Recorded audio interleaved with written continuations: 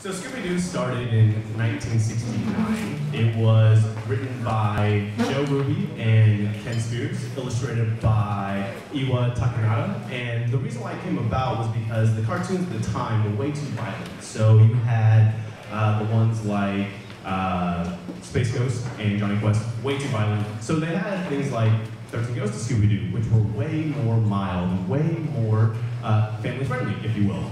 So let's talk a little bit about the cast of Scooby-Doo. So everyone knows all these cats right here, but they weren't named that to begin with. They were actually called the Mystery Five. There was Jeff, Mike, Kelly, Linda, WW, and the dog, Too Much. So what happened was, they said, you know what, that kind of sucks, it's not a really catchy name. So what they did was they redid it, right? So Scooby was actually written to be a shepherd's dog to begin with, but they said, you know what, that kind of looks a lot like Hot Dog from Archie, so we're going to switch that over. And so they made it a Great Dane. He still kind of looks like Marmaduke, but you know what, they said, you know what, we're going to make him bow-legged, make him have a couple spots, make him kind of weird. So it's all good. So he's totally, completely, unique. Right, and so of course, if you know Fred, he is the fearless leader. You have Daphne, who is the Dance, the chicken head, if you will, who always gets kidnapped. You have Velma, who's very, very smart, and you have the two Shaggy and Scooby, who are very, very scared. This right here is a van, right? Everyone knows it's actually not a VW van. It's actually a 1968 Chevy sports van. So they all get in it. The engine always breaks. I don't know why they don't fix it. It doesn't make any sense to me, but I figure after a couple episodes you fix the van. But they don't. They go to a scary place, they get scared, there's monsters, tons of monsters, they come out, right? So let's look at some of these monsters. So here's a little collage of all the monsters. The great thing here is all the monsters up until about 1985 were all people that were dressed in costumes or projections of ghosts, right? So you had like the Yeti, you had the Knight, you had Sludge Man, you had blah, blah, blah, right? But the thing was, that second slide that I showed you, the 13 Ghosts of Scooby-Doo, the 13 Ghosts was in 1985. In 1985, they actually shifted over to the paranormal. So what happened was there was like a Pandora's box of ghosts, and Scooby and Shaggy got tricked into opening it up, and then there was actual real ghosts, right? This Yeti right here, which is my favorite, is actually a man in a suit.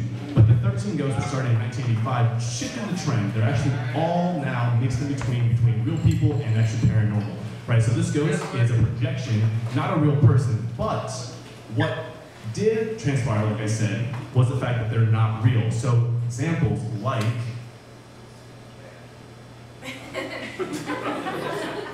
the pumpkins, right? So these mutant pumpkins were actually one of the 13 ghosts, right? So when it came out, obviously, unless they're little Oompa Loompas that are dressed in orange, they're not real people.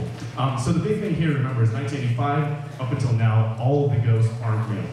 Well, actually, sorry, they are real and mixed with people. So when they meet them, it's all very scary. Scooby jumps into Shaggy's arms, knees buckling, kind of dance kind of thing. They're all really scared of all the ghosts, but you know what? There is a remedy. There's Scooby snacks.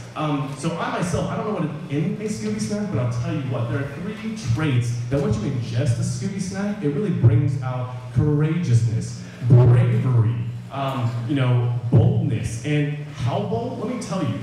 Scooby will actually fight a mummy, right? He'll literally fight a mummy. It's like, the spinach for Popeye. But the real thing here is, if Brandon Fraser actually brought a pack of Scooby snacks, there wouldn't have been a second and third mummy, which is what I really wish would not have happened. But you know what? It didn't happen.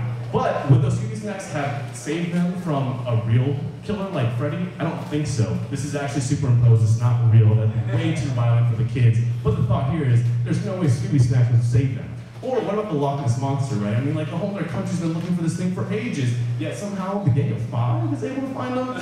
I'm just saying, it's kind of, a little curious, but the point is, the gang is great. They come with Rube Goldberg kind of devices, right? So, like, you go through the door, the window drops, the panel kicks up, the paint bucket falls down, the net comes down, blah, blah, blah, and they catch the guy, they unmask him. And of course, does everyone know the famous phrase that they say at the very end? Yes? Yes? Does everyone want to say it with me? And I would have gotten away with it too if it wasn't for you meddling kids. Now, Scooby-Doo is still very famous throughout pop culture, and I'll tell you why. There's my man Johnny Football. I'm from Texas. I don't like A&M, but the fact is that the ladies love Scooby, and obviously Scooby loves the ladies.